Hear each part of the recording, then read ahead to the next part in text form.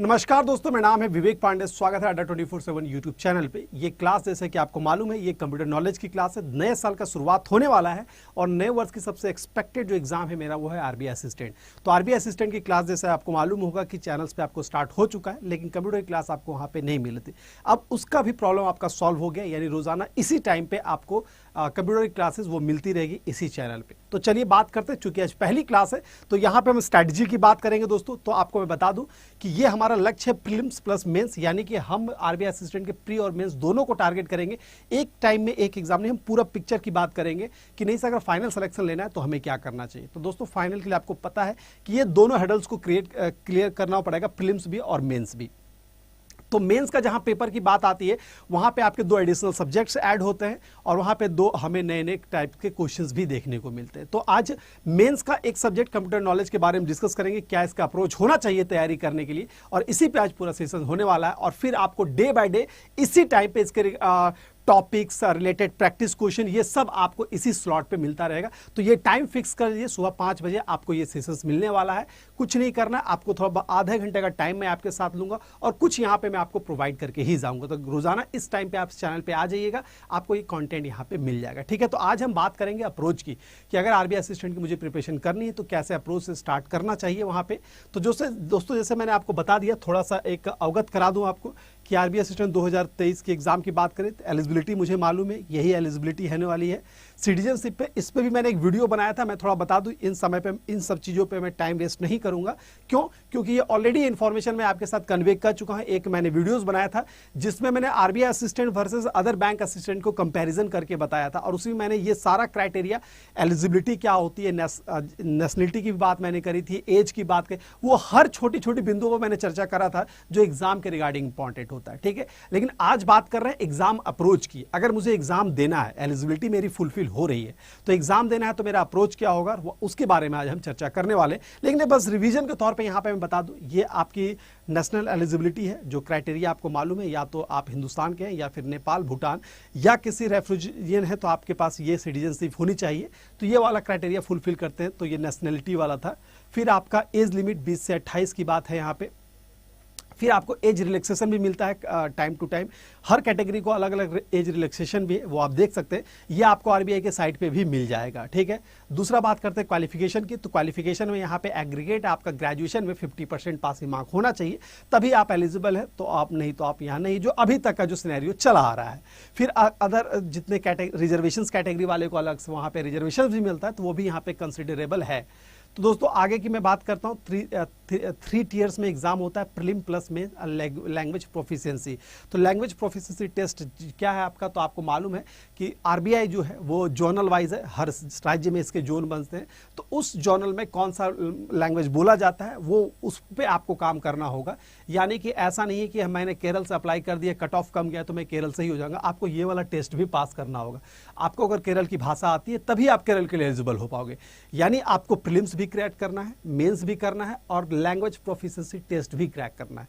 यानी जो थर्ड वाला पार्ट है उसके लिए आपको वहां पर लोकल लैंग्वेज की जानकारी होनी चाहिए। इसीलिए जब आप फॉर्म अप्लाई करें तो उन बातों का ध्यान रखें कि हम उसी क्षेत्र पे या उसी जोन में अप्लाई करें जहां पे हमारे लोकल लैंग्वेज के बारे में हम नॉन है। रही बात कि सर इसको सीखा जा सकता है क्या, तो दोस्तों अचानक हम किसी भी रीजन का लोकल लैंग्वेज नहीं सीखता। अगर मैं चाहूं कि अभी तमिल बोलना स्टार्ट कर दूं मैं, तो ये पॉसिबल नहीं है। जो मेरी लोकल लैंग्वेज है, जो मैं समझता हूं, वही मैं अच्छे फ्रेंडली हूंगा और चीज़ों को वहाँ पे अच्छे से यूज़ कर पाऊंगा। तो इसीलिए आप जिस भाषा में आप कंफर्टेबल हैं, आप बंगाल के हैं, बंगाली में कंफर्टेबल है, दैट मीन्स आप अपने रीजन पे फोकस करना। बहुत सारा ऐसा राज्य है जो हिंदी भाषी है, जैसे गुजरात की बात करते हैं, यूपी की बात करते हैं, एमपी की बात, तब वो सब राज्य में अप्लाई कर सकते हैं क्योंकि आपको हिंदी आती है और वहाँ की राजकीय भाषा जो है वो हिंदी है। लेकिन अगर हम कहें कि क्या हम साउथ से अप्लाई कर सकते हैं, तो नहीं, साउथ पे अप्लाई कीजिएगा, भले उसका कट ऑफ कम जाएगा लेकिन थर्ड पॉइंट पे आप वहाँ पे लाई नहीं कर पाएगा। तो जब आप अप्लाई करिएगा तो इन 3 बातों का ध्यान रखिएगा कि क्या हमें फाइनल सिलेक्शन करना है, यानी फाइनल सिलेक्शन मुझे क्रैक करना है, तो हमें प्रीलिम, मेंस और सीपी दोनों के बारे में बात करना होगा। ठीक है, तो इन बातों का ध्यान रखिएगा जब आप आवेदन जब आप अप्लाई कीजिएगा तो। ठीक है, तो यानी 3 फेज से आपको गुजरना पड़ेगा वहाँ पे। ठीक है, 3 फेजेस में प्रीलिम्स में आपको यही इंग्लिश, रीजनिंग, मैथ, जिसकी क्लासेस आपको रनिंग यहाँ पे मिल भी रही है, आपको रेगुलर क्लासेस की स्टार्ट भी हो चुकी है वाईटी पे। साथ ही साथ अगर मैं बात करता हूँ प्रीवियस ईयर कट ऑफ के बारे में, ये कट ऑफ था यानी कि प्रीलिम्स का जो कट ऑफ था लास्ट ईयर का लगभग 87.25 यानी लगभग 90 के आसपास है। तो दैट मीन्स ये भी हमारे माइंड में एक रहना चाहिए कि इसके कट ऑफ जो है वो अच्छे खासे जाते हैं। तो हमें इस माइंडसेट के साथ आगे बढ़ेंगे तभी हमारे यहाँ पे काम हो पाएगा। दूसरी अगर मैं बात करता हूँ दोस्तों, दूसरा अगर मैं बात करता हूँ सेक्शनल कट ऑफ भी यही है। सेक्शनल कट ऑफ के बारे में भी हम जिक्र कर चुके हैं, लेकिन अगर ओवरऑल हम सिलेक्शन की बात करेंगे तो हमें दिमाग में ये रहना चाहिए कि चलो ये तो क्रैक करना है, ये तो नॉर्मल सी चीज़ें हैं, लेकिन हमें पूरा भी क्रैक करना है। जिन बच्चों को सेक्शनल कट ऑफ और ओवरऑल कट ऑफ में कंफ्यूजन है वो समझ लीजिए। सेक्शनल कट ऑफ क्या होता है कि अगर आपका, जैसे यहाँ पे कहा गया है कि इंग्लिश में आपका सेक्शनल कट ऑफ गया है 8 नंबर, यानी अगर टोटल आपका 92 नंबर भी आ गया लेकिन आपके इंग्लिश में 7 नंबर ही है, दैट मीन्स आप डिस्क्वालीफाई हो गए। यानी आपको सेक्शनल कट ऑफ भी क्रैक करना है और ग्रैंड टोटल है वो भी क्वालिफाई करना है, यही मतलब होता है सेक्शनल कट ऑफ का। ठीक है, तो सेक्शनल कट ऑफ तो क्रैक कीजिएगा ही अगर 90% की बात यहां पे हम कर रहे हैं तो आप देख सकते हैं प्रीलिम्स के कट ऑफ ऐसे जा रहे हैं। जैसे आपका प्रीलिम्स क्लियर होता है, आपका दूसरा यानी मेंस में आ जाता है, और मेंस में आपको 2 नए सब्जेक्ट से रूबरू होना पड़ता है, कंप्यूटर नॉलेज और जनरल अवेयरनेस के।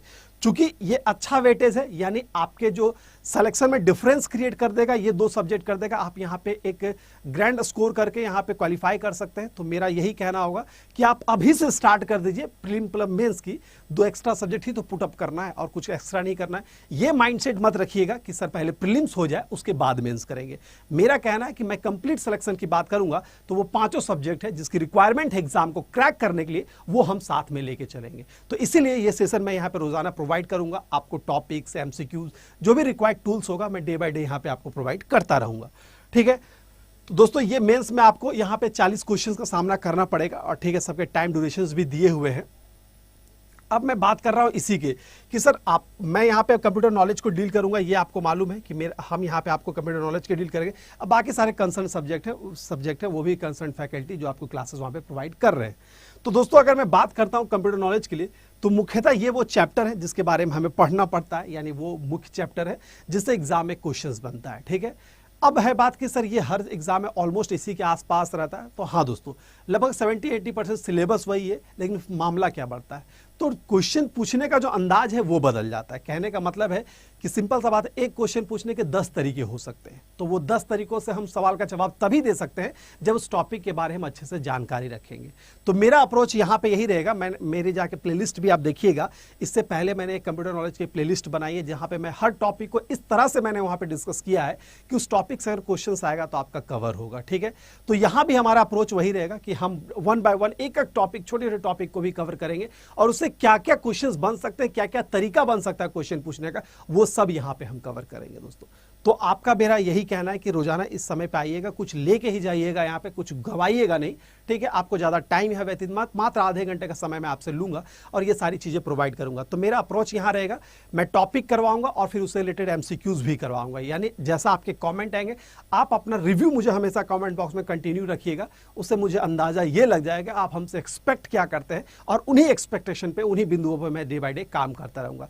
तो ये वो चैप्टर्स हैं जिस पे हम काम करेंगे, यानी उसकी क्लासेस यहाँ पे प्रोवाइड करेंगे और इससे रिलेटेड प्रैक्टिस सेशंस भी मैं प्रोवाइड यहाँ पे करता रहूंगा। ठीक है, तो आप स्क्रीनशॉट भी ले सकते हैं, इसके बारे में हम आगे डिस्कस करते रहेंगे चैप्टर बाय चैप्टर।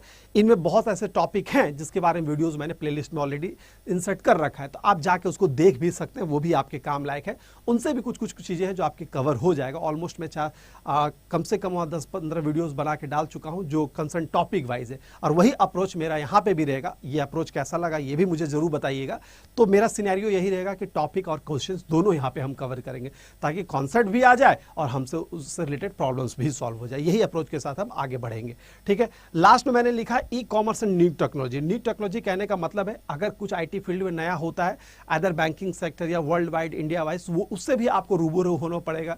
जैसे कि मान लीजिए सुपर कंप्यूटर का दौर है, 5G का दौर नया आने वाला है, वो की बात करें तो ऐसे बहुत सारे ऐसी टेक्नोलॉजी से एआई की बात करते हैं, ब्लॉकचेन्स की बात करते हैं, तो इन टॉपिक्स पे भी मैं वीडियो डे बाय डे आपको प्रोवाइड करूंगा। आप मेरे प्ले लिस्ट में जाके देखिएगा, मैंने 5G और ब्लॉकचेन पे भी वीडियोस बनाया है। ठीक है, तो वो भी आपको मिल जाएगा। चलिए बात करते हैं आगे। तो मैं उम्मीद करता हूं कि आप यहाँ पे रोजाना 5 बजे मेरे साथ जुड़िएगा, और जाते जाते मैं बस आपको इतना ही कह दूं दोस्तों कि ये वो लैंग्वेज है जो रीजनल वाइज प्रोवाइड की जाती है। ठीक है, ये पूरा मैंने उस वीडियो में बता दिया है, जो कंपैरिजन वाला सीट था वहां पे जाके जरूर देखिएगा। मैंने कंपैरिजन किया है कि रोल क्या होता है आरबीआई असिस्टेंट का और अदर का। दूसरा इंफॉर्मेशन ये है कि आपके अड्डा 24/7 के प्ले स्टोर पे आरबीआई असिस्टेंट का बैच स्टार्ट हो चुका है। वो बच्चे जो आरबीआई असिस्टेंट के प्रिपरेशन करना चाहते हैं, बैच 4 जनवरी से लाइव है, जाके इनरोल कर ले। प्रीलिम्स और मेंस दोनों की complete classes with test series, with video, with e book सब आपको मिलेगा। और इस कोर्स को रिवील करने के लिए आप यहाँ पे Y706 कूपन कोड का इस्तेमाल लगा के आप यहां पे एक छूट पा सकते हैं 78% तक।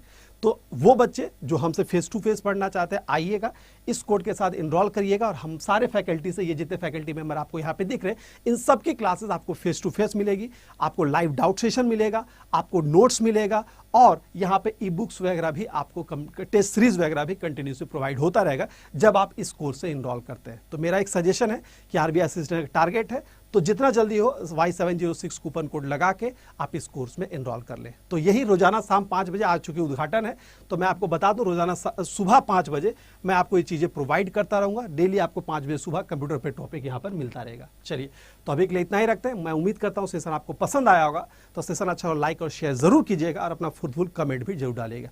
तो अभी के लिए इतना ही रखते हैं, फिर मिलता है अगले सेशन में। तब तक good luck, goodbye and take care दोस्तों।